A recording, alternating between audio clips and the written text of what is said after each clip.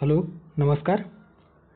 Combined पूर्वपरीक्षा 2024च्या अनुषंगाने आपण पूर्वपरीक्षा प्रश्नपत्रिका विश्लेषण सिरीज सुरू केलेलं आहे. यामध्ये आपण 2018 ते 2023 या वर्षात आयोगाने जे विविध विषयांमध्ये प्रश्न विचारलेले आहेत ते आपण या ठिकाणी डिस्कस करत आहोत. ओके, एकंदरीतच या व्हिडिओत किंवा या लेक्चरमध्ये आपण पॉलिटी या विषयाअंतर्गत किंवा राज्यव्यवस्था या विषयाअंतर्गत जे आयोगाने कंबाईंड पूर्वपरीक्षा 2022मध्ये प्रश्न विचारलेले होते ते आपण सविस्तर बघणार आहोत. ओके, सो 2018 ते 2022पर्यंत जी काही कंबाईंड पूर्वपरीक्षा आहे त्याच्यामध्ये आपल्याला बदल किंवा जो एकंदरीत सिलेबस आहे त्याच्यामध्ये आपल्याला बराच बदल आपल्याला दिसून येतो आहे. ओके, सो कंबाईंड 2023मध्ये ज्यामध्ये ग्रुप बी आणि ग्रुप सी संयुक्तपणे घेण्यात आले त्याच्यामध्ये पॅटर्न चेंज झाला, ड्रॅस्टिकली चेंज झाल्याचे आपल्याला दिसून येतो. ओके, सो 18 ते 22च्या दरम्यान ज्या काही पॅटर्न होते ज्यामध्ये राज्यशास्त्र या विषयाअंतर्गत फक्त 10 प्रश्न विचारले जायच्या. हावेवर ते 2023च्या कंबाईंडच्या पूर्वपरीक्षेत आपल्याला 15 प्रश्न विचारल्याचे आपल्याला दिसून येतो. ओके, ते आपण पुढे बघणारच आहोत. सो या ठिकाणी आपण या 2022मध्ये 10 प्रश्न जे राज्यव्यवस्थेअंतर्गत किंवा राज्यशास्त्राअंतर्गत विचारले होते ते सविस्तर डिस्कस करणार आहोत. यातील जो पहिला प्रश्न आहे या ठिकाणी जो पहिला प्रश्न आपल्याला दिसून येतो तो असा आहे की राज्यपालाच्या संदर्भात आपल्याला प्रश्न विचारल्याचे दिसून येतो. ओके, सो राज्यपाल पदाच्या कालावधीबाबत कालावधीबाबत खालीलपैकी कोणते कथने बरोबर आहेत असा एकंदरीत प्रश्न दिसून येतो आहे. पहिले जे स्टेटमेंट आहे त्याच्यात दिलेलं आहे की राष्ट्रपतींची मर्जी असेपर्यंत राष्ट्रपतींची मर्जी असेपर्यंत राज्यपाल आपल्या पदावर राहतात काय. ब स्टेटमेंट आहे राज्यपाल स्वखुशीने आपल्या पदाचा राजीनामा देऊ शकतात. त्यानंतर क स्टेटमेंट आहे. सी स्टेटमेंट ज्याच्यात राज्यपालांची जी नियुक्ती आहे ती 5 वर्षांसाठी असते. आणि डी स्टेटमेंटमध्ये काय दिलेलं आहे की दुसरे व्यक्ती पद धारण करेपर्यंत किंवा पद स्वीकारेपर्यंत आपल्या पदावर राहतात काय. सो अशा एकंदरीत मल्टीलाइनर स्वरूपात प्रश्न आपल्याला विचारलेला आहे. ओके, सो कुठले स्टेटमेंट बरोबर आहेत. तत्पूर्वी आपण थोडा बेसिक आपण या राज्यपालांच्या कालावधी संदर्भाने बघूयात. भारतीय राज्यघटनेच्या कलम 156 नुसार राज्यपालाच्या कार्यकाळासंबंधीची तरतूद आपल्या भारतीय संविधानामध्ये करण्यात आलेली आहे. राज्यपाल पदभार स्वीकारल्याच्या तारखेपासून साधारणतः 5 वर्षाचा कार्यकाळ त्यांना लाभत असतो. ओके, 5 वर्षाच्या कार्यकाळासाठी ते आपले पद धारण करतात. मात्र 5 वर्षाचा हा कार्यकाळ राष्ट्रपतींच्या मर्जीवर अवलंबून असतो आहे. ओके, शिवाय राष्ट्रपतींकडे राजीनामा पत्र पाठवून ते केव्हाही आपला राजीनामा राष्ट्रपतींकडे देऊ शकतात. ओके, सो त्यानंतर आहे राष्ट्रपती एका राज्यात नियुक्ती झालेल्या राज्यपालांच्या उर्वरित कार्यकाळासाठी दुसऱ्या राज्यात बदली केली जाऊ शकते. ओके, समजा महाराष्ट्रामध्ये एखाद्या राज्यपालाची नियुक्ती झाली आणि महाराष्ट्रामध्ये राज्यपाल म्हणून त्या राज्यपालाने 3 वर्ष कार्य केले आणि उर्वरित 2 वर्ष राष्ट्रपती ठरवेल त्या राज्यासाठी केवळ त्या उर्वरित कालावधीसाठी देखील त्याची नियुक्ती त्या ठिकाणी केल्या जाऊ शकते आहे. ओके, सो त्यानंतर आहे शिवाय ज्या राज्यपालाचा कार्यकाळ संपला आहे त्याची पुनर्नियुक्ती देखील केल्या जाऊ शकते. ओके, पुन्हा नियुक्ती देखील होऊ शकतो. राज्यपाल आपला जो काही उत्तराधिकारी आहे तो पदभार स्वीकारेपर्यंत नवीन राज्यपाल स्वीकारेपर्यंत 5 वर्षाच्या कालावधीच्या पुढे देखील तो पदावर राहू शकतो. अशा पद्धतीने या ठिकाणी स्टेटमेंट दिलेलं आहे. ओके, आता या ठिकाणी आपल्या प्रश्नांकडे येऊयात. राष्ट्रपतींची मर्जी असेपर्यंत राज्यपाल आपल्या पदावर राहतात का. सो बरोबर आहे. राज्यपाल स्वखुशीने व्हॉलेंटरी आपला राजीनामा देऊ शकतात का. तर ऑफकोर्स देऊ शकतात. ते केव्हाही आपला राजीनामा देऊ शकतात. त्यानंतर आहे राज्यपालांची नियुक्ती सर्वसाधारणपणे 5 वर्षासाठी केली जाते. सो हे देखील बरोबर आहे. ओके, 5 वर्षाच्या कार्यकाळासाठी त्यांची नियुक्ती केली जाते. दुसरी व्यक्ती पद धारण करेपर्यंत राज्यपाल आपल्या पदावर राहतात का. सो हे देखील डी स्टेटमेंट देखील बरोबर आहे. ओके, सो वरीलपैकी सर्व जे विधाने आहेत ते बरोबर आहेत. त्यामुळे पर्याय क्रमांक 4 या ठिकाणी योग्य पर्याय आहे असं आपण या ठिकाणी म्हणू शकतो. त्यानंतर पुढचा प्रश्न आहे राज्य लोकसेवा आयोगाबाबत आणि एकंदरीतच आयोगाने हे जे प्रश्न आहे ते कॅन्सल केलेलं आहे. आता कॅन्सल का केलेलं आहे ते बघूयात. राज्य लोकसेवा आयोगाबाबत खालील कोणते विधाने बरोबर नाहीत असा एकंदरीत प्रश्न दिलेला आहे. आपल्याला जे काही चुकीचे विधान आहे ते चुकीचे विधान या ठिकाणी विचारलेलं आहे. ओके, सो भारतीय राज्यघटनेच्या कलम 315 ते 323मध्ये या राज्य लोकसेवा आयोगासंदर्भात तरतूद केली आहे का. त्यानंतर ब स्टेटमेंटमध्ये काय दिलेलं आहे की राज्य शासन तसेच केंद्र शासनासाठी ती कार्य करते. ओके. त्यानंतर आहे या आयोगाने निवड केलेल्या प्रशासकीय अधिकाऱ्यांच्या नेमणुका केंद्र शासन करतो का? त्यानंतर आहे आयोगाचे अध्यक्ष व सदस्यांच्या नेमणुका राज्य शासनाकडून केल्या जातोय का? सो कुठले स्टेटमेंट या ठिकाणी बरोबर नाहीत. आपल्याला एकंदरीत बरोबर नाहीत असा एकंदरीत प्रश्न विचारायचा आपल्याला दिसून येतो. ओके. सो अ आणि ब, त्यानंतर आहे ए आणि सी, त्यानंतर बी आणि सी आणि फक्त बी आणि डी. सो कुठले पर्याय चुकीचे आहे. ओके. सो या ठिकाणी एक्सप्लेनेशनमध्ये बघू शकता, राज्यघटनेच्या भाग 14 मध्ये आपल्याला कलम 315 ते 323 या कलमांमध्ये सदस्यांची रचना आणि नियुक्ती तसेच हकालपट्टी म्हणजे पदावरून दूर करण्यासंदर्भाने सोबतच त्यांचे अधिकार आणि कार्य अशा पद्धतीचे जे तरतूद आहे ते या राज्यघटनेच्या भाग 14 मध्ये कलम 315 ते 323 मध्ये दिसून येतो. एकंदरीतच ज्याप्रमाणे UPSC संदर्भाने जी तरतूद केलेली आहे त्याचप्रमाणे सेम तरतूद त्याच कलमांमध्ये राज्य लोकसेवा आयोगाबाबत केल्याचे आपल्याला दिसून येतो. सो राज्य लोकसेवा आयोगाबाबत राज्यपालांनी नियुक्त केलेले अध्यक्ष आणि इतर सदस्य असतात. ओके. या ठिकाणी जो कीवर्ड आहे तो महत्त्वाचा आहे. कोणाद्वारे नियुक्त असतात तर राज्यपालाद्वारे नियुक्त असतात. राज्यपालांनी नियुक्त केलेले अध्यक्ष आणि इतर सदस्य असतात. त्यानंतर आहे आयोगाचे अध्यक्ष आणि जे काही निवडले गेलेले अध्यक्ष किंवा सदस्य असतील सो यांच्या राज्यपालांच्या मर्जी जोपर्यंत आहे तोपर्यंत ते आपल्या पदावर राहू शकतात अशा पद्धतीने त्यांच्या कार्यकालासंदर्भात दिलेलं आहे. ओके. सो राज्यघटनेने आयोगाचे संख्याबळ निश्चित केले नसून या जो काही प्रकरण आहे तो राज्यपालांच्या मर्जीवर सोडले गेलेले आहे. ओके. या ठिकाणी एक छोटीशी चूक झाली. जे काही आपण त्यांना पदावरून नियुक्त केल्याच्या नंतर म्हणजे पदावरून नियुक्त कोण करत असतो तर अध्यक्ष आणि इतर सदस्यांना राज्यपाल करत असतो. मात्र पदावरून दूर करण्यासंदर्भात जे काही त्यांच्यावर पदभ्रष्टाचा किंवा एक प्रकारे जी काही प्रक्रिया पार पाडली जाते पदावरून दूर करण्यासाठी सो त्यामध्ये राष्ट्रपतींनी अंतिम मंजुरी मिळाल्यानंतरच त्यांना पदावरून दूर करता येतं. ओके. सो राज्यपालांच्या मर्जीवर ते पदावर असतात अशा पद्धतीने जे विधान केलं येतं ते चुकीचे असणार आहे. ओके. सो राष्ट्रपतींच्या मर्जीवर ते असते की त्यांना किती काळ पदावधी मिळणार आहे. ओके. आयोगाचे अध्यक्ष आणि सदस्यांच्या सेवेच्या जे काही अटी ठरवण्याचा जो काही अधिकार आहे तो राज्यपालांना देण्यात आलेला आहे. आयोगाचे अध्यक्ष आणि सदस्य 6 वर्षाच्या कार्यकाळासाठी किंवा वयाची 62 वर्ष पूर्ण होईपर्यंत ते आपल्या पदावर राहतात. ओके. सो 62 वर्ष पूर्ण होईपर्यंत ते आपल्या पदावर राहतात. आणि UPSCच्या बाबतीत केंद्रीय लोकसेवा आयोगाच्या बाबतीत हे जे काही त्यांचा सदस्य आणि अध्यक्षांचा जो काही पदावधी आहे तो वयाचे 65 किंवा 6 वर्ष पूर्ण अशा पद्धतीने जी काही कालावधी आहे ती दिलेली आहे.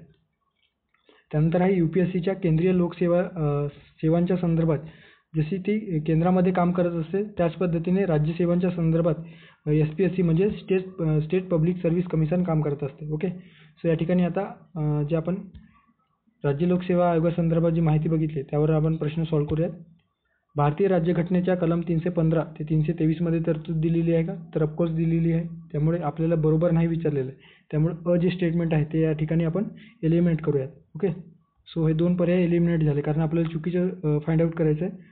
त्यानंतर आहे हे आयोग राज्य शासन तसेच केंद्र शासनासाठी कार्य करते. तर या ठिकाणी ते स्पेशली राज्य शासनासाठी कार्य करत असते. ओके. सो त्यामुळे केंद्रामध्ये जे काही UPSC आहे ते UPSCद्वारे निवडलेले जे अधिकारी असतात किंवा जे कर्मचारी असतात ते केंद्र शासनासाठी कार्य करतात. तर राज्यामध्ये जे काही राज्य लोकसेवा आयोग आहे त्याद्वारे निवडलेले अधिकारी आणि कर्मचारी असतात ते राज्य शासनासाठी करतात. त्यामुळे जे स्टेटमेंट आहे ते या ठिकाणी चुकीचे असणार आहे. ओके. आता या आयोगाची निवड प्रशासकीय अधिकाऱ्यांच्या नेमणुका किंवा या आयोगाने निवडलेल्या प्रशासकीय अधिकाऱ्यांच्या जी काही नेमणूक आहे ते केंद्र शासन करीत असतो का? तर या ठिकाणी चुकीचं आहे. ओके. ते केंद्र शासन करीत असतो का? तर नाही. तर ते कुठं केलं जातं तर राज्यपालांकडून केलं जातं आहे. ओके. सो एकंदरीत राज्य शासनाकडून केलं जातं आहे. त्यामुळे B आणि C स्टेटमेंट या ठिकाणी चुकीचं आपल्याला दिसून येतं. ओके. त्यानंतर तिसरं ड स्टेटमेंट काय दिलेलं आहे की याच्यात आयोगाचे अध्यक्ष व सदस्यांच्या नेमणुका राज्य शासनाकडून केल्या जातो आहे का?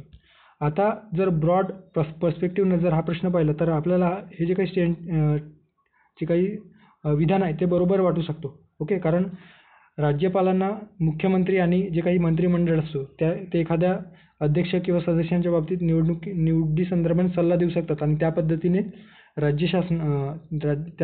राज्यपाल त्या सदस्यांची किंवा त्या अध्यक्षाची निवड करीत असतो. ओके. मात्र एक्सक्लुझिव्हली जर आपण विचार केला तर या ठिकाणी राज्यपाल असायला पाहिजे होता, कारण आयोगाच्या अध्यक्ष व सदस्यांची नेमणूक हे राज्यपालांकरवी होत असतो. ओके, ना की राज्य शासनाकडून.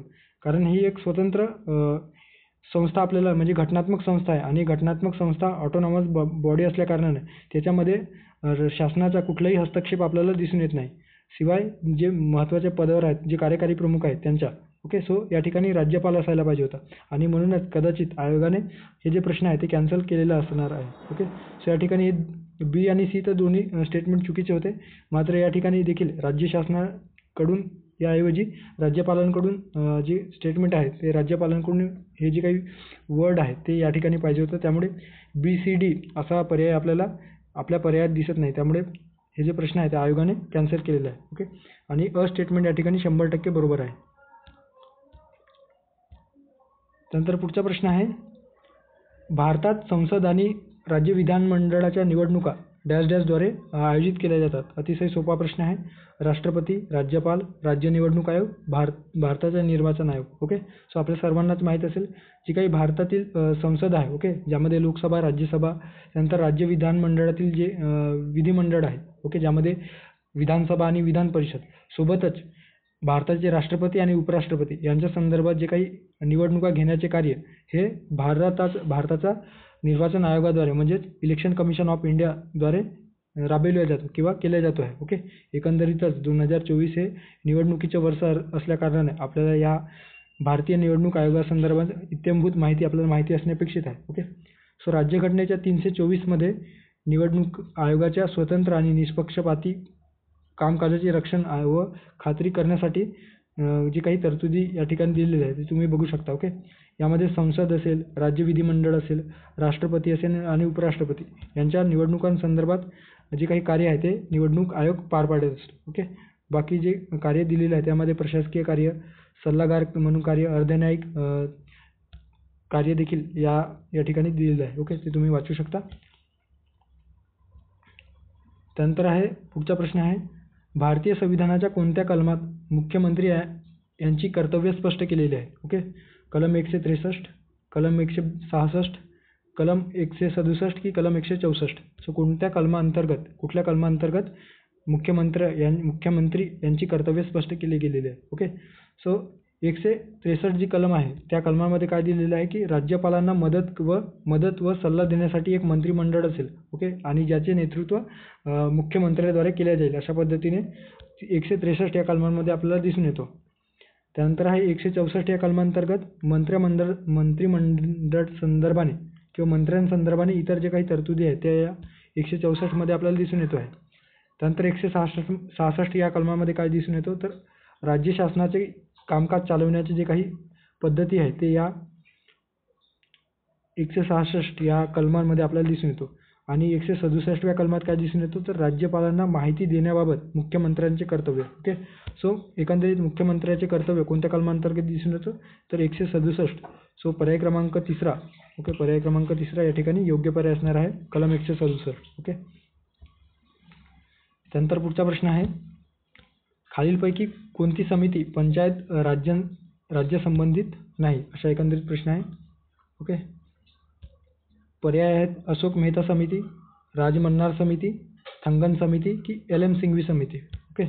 सो पंचायत राज संदर्भाने कुठली समिती नाही असा एकंदरीत प्रश्न आहे. ओके.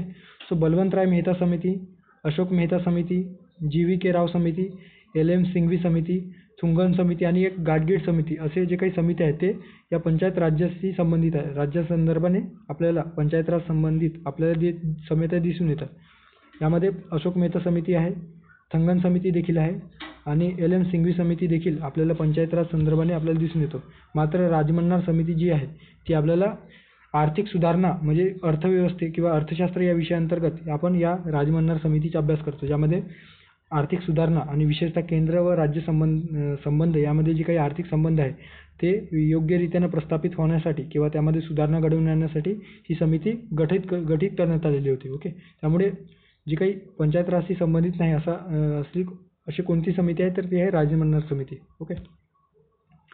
आता ग्रामीण स्तरावर पंचायत राज संस्थांचा अंमलबजावणीचा अभ्यास करण्यासाठी भारत सरकारने बळवंतराय मेहता समिती, अशोक मेहता समिती, जी.व्ही.के. राव समिती, एल.एम. सिंघवी समिती, थुंगन समिती आणि एक गाडगीळ समिती अशा अनेक समित्या आपल्याला स्थापन केल्याचे दिसून येते. ओके.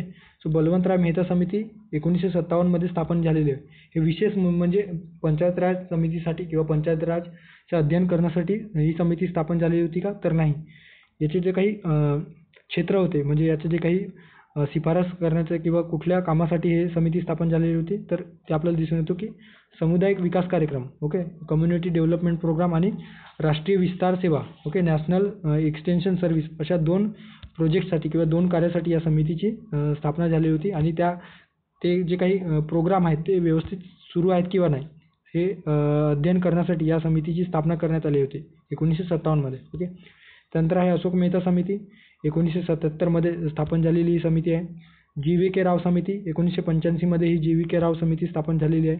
त्यानंतर आहे एल.एम. सिंघवी समिती 1986 मध्ये ही समिती स्थापन झाल्याचे आपल्याला दिसून येतं आणि थुंगन समिती 1988 मध्ये ही पी.के. थुंगन यांच्या अध्यक्षतेखाली ही समिती स्थापन झालेली आहे. ओके. सो त्यांचं एकंदरीत कधी स्थापन झालेलं आहे ते देखील आपल्याला माहिती असणे गरजेचं आहे कारण यावर कदाचित आयोग येणाऱ्या काळामध्ये कालानुक्रमे लावा असा जर प्रश्न आला तर ते आपल्याला सॉल्व्ह करता यायला पाहिजे. ओके. सो या ठिकाणी आपल्याला पंचायत राज संबंधित कुठली समिती नाही आहे तर ते आहे दुसरा पर्याय राजमन्नार समिती. ओके. त्यानंतर नेक्स्ट क्वेश्चन, राज्यसभेच्या रचनेतील अचूक वाक्यांचा समूह बनवा असा एकंदरीत प्रश्न आहे. ओके. सॉरी, राज्यसभा नाही तर ग्रामसभा. सो एकंदरीत पंचायत राज संदर्भाने जे काही ग्रामपंचायत या अंतर्गत हे ग्रामसभा संदर्भाने आपल्याला प्रश्न विचारायचे दिसून येतो. ओके. सो ग्रामसभेच्या रचनेसंदर्भात अचूक वाक्यांचा समूह बनवा. गावातील प्रौढ नागरिकांची मिळून ही ग्रामसभा तयार झालेली आहे. त्यानंतर 18 वर्षे पूर्ण करणारा प्रत्येक मतदार ग्रामसभेचा सभासद असतो किंवा बनतो. त्यानंतर आहे ग्रामसभेला निवडणूक असते. त्यानंतर आहे पंचायतीचे सर्व मतदार ग्रामसभेचे सभासद असतात. सो आपल्या अंडरस्टँडिंगचा भाग म्हणून आणि जेव्हा आपण ग्रामसभा अभ्यासतो त्या अंतर्गत ज्या काही तरतुदी दिलेल्या आहेत ते जर आपण व्यवस्थित वाचलेले असतील तर ते आपल्याला या ठिकाणी हा प्रश्न आपण सॉल्व्ह करू शकतो. ओके. सो या ठिकाणी जे पर्याय दिलेले आहे त्यामध्ये काय दिलेलं आहे की सर्व प्रौढ नागरिकांची मिळून ग्रामसभा तयार होते. ओके. आता सर्व प्रौढ नागरिकांची मिळून ग्रामसभा तयार होते का? त्यानंतर 18 वर्षे पूर्ण करणारा प्रत्येक मतदार ग्रामसभेचा सभासद असतो. तिसरा आहे ग्रामसभेला निवडणूक असतो आणि ग्रामपंचायतीचे सर्व मतदार ग्रामसभेचे सभासद असतात. सो कुठले स्टेटमेंट बरोबर आहेत किंवा अचूक आहेत? आता ज्या ठिकाणी ग्रामपंचायत आहे त्या ग्रामपंचायतीमध्ये ग्रामसभा घेतली जाते. ओके. आपल्या सर्वांनाच माहीत आहे. गावातील लोकांनी एकत्र यावे व लोकांच्या गरजा काय, शासनाच्या योजनेची माहिती देणे, विकास कामे असतील तसेच काही जे महत्त्वाचे सूचना आहे त्यांचे मार्गदर्शन करण्यासाठी मार्गदर्शन या ग्रामसभेमध्ये घेतली जाते. आता जे काही महाराष्ट्र ग्रामपंचायत अधिनियम 1958 आहे त्या अंतर्गत कलम 7 कलम 7 अन्वये ग्रामसभा घेण्याची तरतूद आपल्याला दिसून येतो. एका आर्थिक वर्षात आपल्याला किमान 4 ग्रामसभा घेणे बंधनकारक आहे. ओके. हे देखील तुम्ही लक्षात ठेवू शकता. खूप महत्त्वाचं स्टेटमेंट आहे की एका आर्थिक वर्षामध्ये 4 ग्रामसभा घेणे हे बंधनकारक आहे आणि 2 सभांच्या दरम्यान एकंदरीत जो कालावधी आहे तो 3 महिन्यांपेक्षा जास्त असता कामा नये अशा पद्धतीने तरतूद आपल्या या महाराष्ट्र ग्रामपंचायत अधिनियम अंतर्गत करण्यात आलेली आहे. ओके. सो ग्रामसभेचे जे सदस्य असतात ते सदस्य कोण असतात तर त्या गावातील मतदार यादीत असलेले सदस्य. ओके. त्या गावामध्ये म्हणजे ज्या गावात ग्रामपंचायत आहे त्या गावच्या ग्रामपंचायतीमध्ये जो काही मतदार किंवा मतदार यादीत ज्या व्यक्तींचे नाव किंवा ज्या सदस्यांची नावे आहेत ते या ग्रामसभेचे सदस्य असतात. ओके. आता आपल्या प्रश्नाकडे येऊया. गावातील सर्व प्रौढ नागरिकांची मिळून ग्रामसभा तयार होते का? प्रौढ नागरिकांची मिळून मात्र ते प्रौढ नागरिकांची जी काही मतदार नोंदणी म्हणून जर नोंदणी झालेली असेल तेव्हाच ते ग्रामसभेचे किंवा ग्रामसभा तयार करतात. ओके. सो या ठिकाणी स्टेटमेंट जे आहे ते चुकीचे आहे. ओके. सो सर्व प्रौढ नागरिकांची मिळून केवळ याच कारणास्तव ग्रामसभा गठीत केल्या जातो असं नसतं तर एकंदरीतच त्या ग्रामपंचायतीच्या अंतर्गत म्हणजे एकंदरीत त्या ठिकाणच्या मतदार यादीमध्ये जर नाव असेल तेव्हाच. त्यानंतर 18 वर्ष पूर्ण करणारा प्रत्येक मतदार ग्रामसभेचा सभासद असतो. मात्र जोपर्यंत ते 18 वर्ष पूर्ण झालं मात्र त्याची मतदार म्हणून नोंदणी झालेली नसेल तर हे देखील या ग्रामसभेचा सभासद नसतो. ओके, त्यामुळे ब देखील चुकीचे असणार आहे. आणि ग्रामसभेला निवडणूक असतो.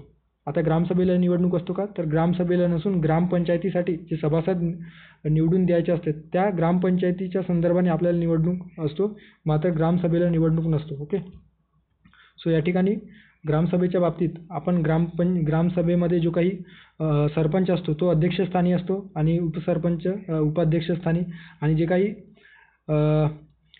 ग्रामपंचायतीचे सचिव असतात, ओके, ग्रामसेवक असतात, ते सचिव म्हणून कार्य करत असतात. ओके, तर ग्रामसभेला कुठलीही निवडणूक नसतो, त्यामुळे सी देखील चुकीचं असणार आहे. ओके, ए, बी आणि सी चुकीचे असणार आहे. सो ग्रामपंचायतीचे सर्व मतदार ग्रामसभेचे सभासद असतात का, तर बरोबर आहे. ग्रामपंचायतच्या हद्दीमध्ये जे काही मतदार आहे, मतदार म्हणजेच काय, तर ज्यांची नोंदणी मतदार म्हणून त्या ग्रामपंचायतीच्या क्षेत्रात झालेली आहे असे व्यक्ती. ओके, सो ड स्टेटमेंट या ठिकाणी बरोबर आहे. आता आपल्याला अचूक विचारलेलं होतं. सो अचूक या ठिकाणी फक्त ड आहे, जे की आपल्या पर्यायामध्ये दिसून येत नाही. आता आयोगाने या ठिकाणी अचूकच्या ऐवजी चुकीचं विचारायला पाहिजे होतं. तेव्हा हे जे काही ड स्टेटमेंट आहे ते एलिमिनेट केल्याच्या नंतर आपल्याकडे चुकीचा पर्याय जे असणार आहे ते ए, बी, सी असं राहिलं असतं. मात्र या ठिकाणी आपल्याला अचूक विचारलेलं आहे आणि फक्त अचूक म्हणजे बरोबर जो काही पर्याय आहे तो केवळ ड जे स्टेटमेंट आहे ते योग्य आहे, बाकी सर्व चुकीचे आहे आपल्याला दिसून येतं. त्यामुळे हे जे प्रश्न आहे ते आयोगाला परत कॅन्सल करावे लागल्याचे आपल्याला दिसून येतं. ओके, त्यानंतर पुढचा प्रश्न आहे अगेन पंचायत राज संदर्भाने आपल्याला दिसून येतं.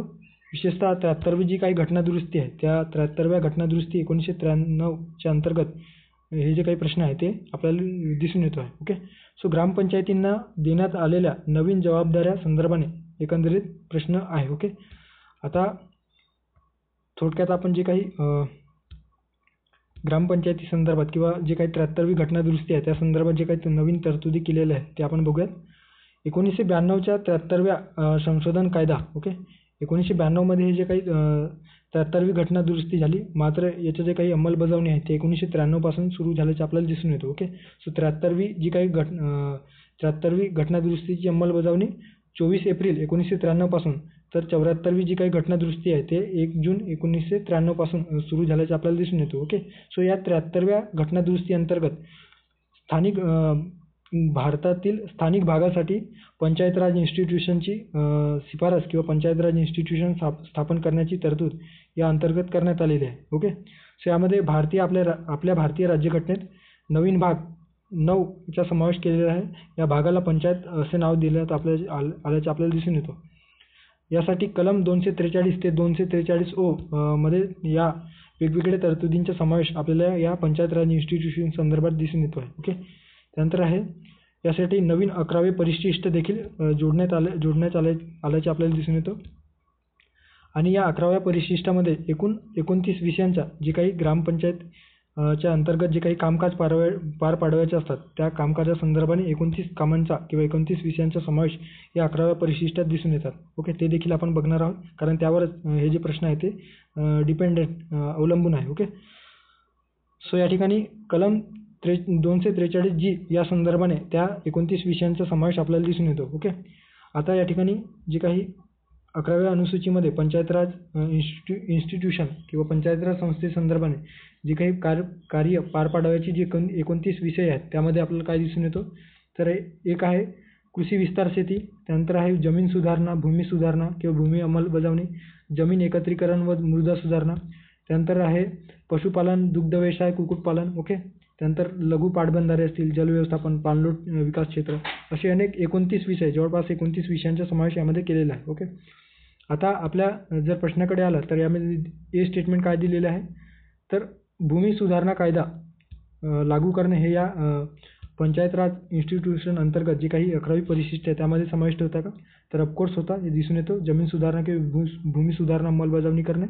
सो अ जे स्टेटमेंट आहे ते बरोबर असणार आहे. ओके, त्यानंतर आहे वनोद्योग, कुटीरोद्योग व लघुउद्योग यांचा उद्योगांचा विकास करणे, हे देखील बरोबर आहे का, तर या ठिकाणी बघू शकता गौण वनोपजन. ओके, त्यानंतर आहे अन्न प्रक्रिया उद्योगांसह लघुउद्योग आणि खादी, ग्रामोद्योग व कुटीर उद्योगांचा विकास करणे. सो ब स्टेटमेंट किंवा बी स्टेटमेंट देखील या ठिकाणी बरोबर आहे असं आपण म्हणू शकतो. त्यानंतर तिसरा जो आहे तांत्रिक व व्यावसायिक शिक्षणाची सुविधा उपलब्ध करणे. सो हे देखील आपल्याला या ठिकाणी विषय क्रमांक 18 यामध्ये दिसून येतो. तांत्रिक शिक्षण व व्यावसायिक शिक्षण प्रदान करणे त्या भागामध्ये येणाऱ्या तरुणांना या संदर्भाने ही जी काही तरतूद आहे ते आपल्या या 73व्या घटना दुरुस्ती अंतर्गत कलम 243G मध्ये जे काही 29 विषय आहेत त्या अंतर्गत देण्यात आलेले आहे. ओके, त्यामुळे हे जे तिन्ही स्टेटमेंट बरोबर आहेत.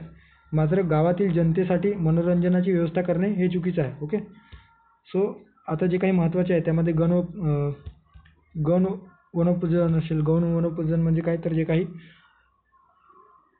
जंगले आहेत त्या जंगलांमध्ये वेगवेगळे आर्थिक उपयोगी जे काही वस्तू उत्पादन होतात त्या संदर्भाने याला गौणोत्पादन, कमी किमतीच्या किंवा कमी महत्त्वाचं जे काही उत्पादन आहे आणि विशेषतः जे आदिवासी भागातील जे कम्युनिटी आहे ते डिपेंड असतात. सो त्यामुळे यांच्यात देखील या गौण उत्पादन संदर्भाने या ठिकाणी तरतूद केल्याचे आपल्याला दिसून येतो. त्यानंतर आहे गावामध्ये ग्रंथालय स्थापन करणे. सांस्कृतिक कार्यक्रमांसंदर्भाने या ठिकाणी तरतूद केलेली आहे. मात्र जे काही डी स्टेटमेंट आहे की ज्यामध्ये गावातील जनतेसाठी मनोरंजनाची व्यवस्था करणे हे या ठिकाणी चुकीचे असणार आहे. ओके, सो पर्याय क्रमांक दुसरा बरोबर नाही. ओके, आपल्याला बरोबर नाही विचारलेलं होतं, त्यामुळे पर्याय क्रमांक दुसरा या ठिकाणी योग्य पर्याय आहे असं आपण म्हणू शकतो. ओके, त्यानंतर आहे पुढचा प्रश्न. या ठिकाणी आपल्याला राज्याचा महाधिवक्ता असावा असे कोणत्या कलमात नमूद केले आहे असा एकंदरीत प्रश्न आहे. अतिशय स्ट्रेट फॉरवर्ड आणि फॅक्च्युअल. आता यात काय दिलेलं आहे की राज्य कार्यकारिणीमध्ये राज्यपाल, मुख्यमंत्री, मंत्रिमंडळ, राज्याचे महाधिवक्ता यांचा समावेश होतो. भारतीय राज्यघटनेच्या भाग 6 मध्ये राज्य या प्रकरणांतर्गत जे प्रकरण 2 आहे त्यामध्ये कार्यकारी मंडळाचा समावेश होतो आणि या कार्यकारी मंडळांतर्गत जे काही कलम 165 दिलेलं आहे, अनुच्छेद 165, त्यामध्ये आपल्याला राज्यांमध्ये सर्वोच्च कायदा अधिकारी असलेल्या राज्यांसाठी महाधिवक्ता कार्यालयाची तरतूद करण्यात आलेली आहे. ओके, थोडक्यात काय, तर राज्याला महाधिवक्ता असेल अशा कोणत्या कायद्यात तरतूद करण्यात आलेली आहे किंवा कोणत्या कलमात केलेली आहे, तर कलम जे आहे 165 या अंतर्गत ही तरतूद आपल्याला केल्याचे दिसून येते. ओके, आता 166 अंतर्गत काय करण्यात आलेलं आहे की महाधिवक्ताचे जे काही अधिकार आहेत राज्य विधिमंडळाच्या सभागृहाच्या संदर्भाने आणि वेगवेगळ्या समित्यांच्या संदर्भात ते या 177 अंतर्गत दिलेलं आहे आणि 194 अंतर्गत महाधिवक्तांचे अधिकार, विशेषाधिकार आणि त्यांची प्रतिकारशक्ती हे आपल्याला या ठिकाणी दिसून येतं. ओके, सो जे काही तीनही कलम 165, 177 आणि 194 या संदर्भात आपल्याला माहिती असणे अपेक्षित आहे. ओके, सो या ठिकाणी बघू शकता महाधिवक्त्यांची नेमणूक कोण करीत असतात, तर राज्यपालांद्वारे केला जातो. जे काही उच्च न्यायालयाचे न्यायाधीशपदी जी काही पात्रता आपल्या भारतीय संविधानाने ठरवलेली आहे तीच पात्रता या राज्याच्या महाधिवक्ता संदर्भाने देखील आपल्याला दिसून येतो. ओके, त्यामध्ये आपल्याला 10 वर्षे न्यायालयीन पदाचा अनुभव असलेली व्यक्ती किंवा 10 वर्षे वकिली केलेली व्यक्ती, सर्वात महत्त्वाचं म्हणजे भारतीय नागरिक असायला पाहिजे. अशा पद्धतीने जे वेगवेगळे पात्रता या ठिकाणी दिलेलं आहे ते जर एखादी व्यक्ती धारण करत असेल तर त्याची निवड राज्याचा महाधिवक्ता म्हणून केल्या जाऊ शकतो. ओके, आणि त्यांची नियुक्ती साधारणतः मंत्रिमंडळाच्या सल्ल्यानुसार केली जाते. महाधिवक्त्याचे जे काही मानधन किंवा भत्ते आहेत ते आपल्या राज्यघटनेत निश्चित केलेले नसून ते राज्यपाल यांच्या मर्जीवर ठरवण्यात आलेलं आहे. ओके, सो राज्यपाल ठरवतील त्याप्रमाणे त्यांना मानधन किंवा इतर जो काही इमॉल्युमेंट्स आहेत ते मिळत असतात. ओके, सो या ठिकाणी योग्य पर्याय असणार आहे पर्याय क्रमांक 4 165 कलम. त्यानंतर पुढचा प्रश्न आहे भारतीय राज्यघटनेच्या मसुदा समितीचे सदस्य कोण होते असा एकंदरीत प्रश्न आहे. या ठिकाणी आपल्याला दिसून येतो वल्लभभाई पटेल, जवाहरलाल नेहरू, अल्लादी कृष्णस्वामी अय्यर, डॉक्टर राजेंद्र प्रसाद. सो कुठले बरोबर आहे. आता मसुदा समितीची स्थापना आपल्याला सर्वांनाच माहीत असेल. ही सर्व समित्यांपैकी एक महत्त्वाची समिती आपल्याला दिसून येतो ज्याची स्थापना 29 ऑगस्ट 1947 रोजी झाल्याचे आपल्याला दिसून येतो. ओके, सो 29 ऑगस्ट 1947ला या मसुदा समितीची स्थापना झाल्याचे आपल्याला दिसून येतो. विशेषतः डॉक्टर बाबासाहेब आंबेडकर यांच्या अध्यक्षतेखाली ही समिती गठीत करण्यात आलेली होती. कार्य काय होता, तर राज्यघटनेचा नवीन मसुदा तयार करण्याची जी जबाबदारी आहे ते या मसुदा समितीकडे देण्यात आलेली होती. यात एकूण 7 सदस्यांचा समावेश असल्याचे दिसून येतो. कोणकोणते सदस्य आहेत, तर doctor Babasaheb Ambedkar as a president म्हणून किंवा ॲज अ चेअरपर्सन म्हणून ते कार्य करत होते. त्यानंतर N.A. गोपालस्वामी अय्यंगार, त्यानंतर आहे अल्लादी कृष्णस्वामी अय्यर, K.M. मुन्सी, डॉक्टर सय्यद मोहम्मद सादुल्लाह. त्यानंतर आहे एन माधवराव. एन माधवराव कोणाच्या जागी आले तर बी के मित्तल. ओके, बी एल मित्तल यांच्या जागी या एन माधवराव यांनी पदभार स्वीकारल्याचे आपल्याला दिसून येतो. ओके, सदस्य म्हणून. त्यानंतर आहे टी टी कृष्णमाचारी. 1948 मध्ये मरण पावलेले D P Khaitan. Okay, D P Khaitan यांच्या जागी टी टी कृष्णमाचारी हे निवडून आलेले होते किंवा यांची नियुक्ती या मसुदा समितीच्या सदस्यांमध्ये करण्यात आलेली होती. ओके, सो पर्यायात आपल्याला दिलेला आहे अल्लादी कृष्णस्वामी अय्यर. ओके, आणि बाकीचे जे दिलेले आहे ते मसुदा समितीशी संबंधित नव्हते. सो या ठिकाणी योग्य पर्याय असणार आहे पर्याय क्रमांक 3 Alladi Krishnaswamy Iyer. Okay,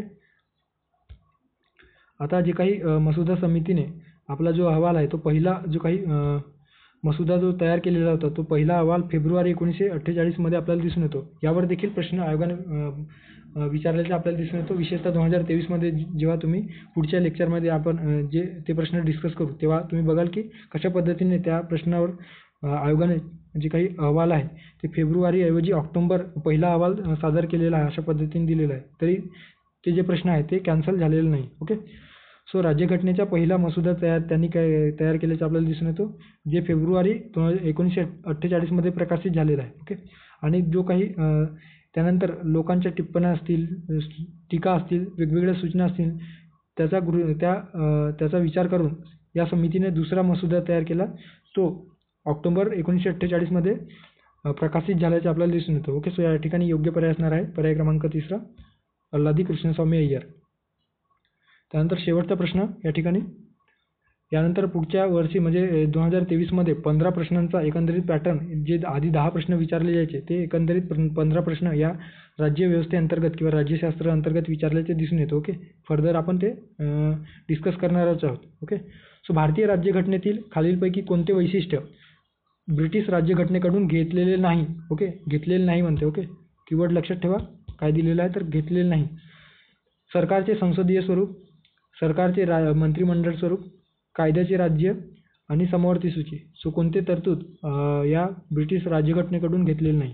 okay, so सर्वांनाच माहीत असेल आपण ब्रिटनकडून कोणत्या तरतुदी घेतलेल्या आहेत तर पहिली जी तरतूद आहे त्यामध्ये आपल्याला संसदीय शासन पद्धती. ओके, सो पहिले जे स्टेटमेंट आहे त्या ठिकाणी बाद ठरतो आहे.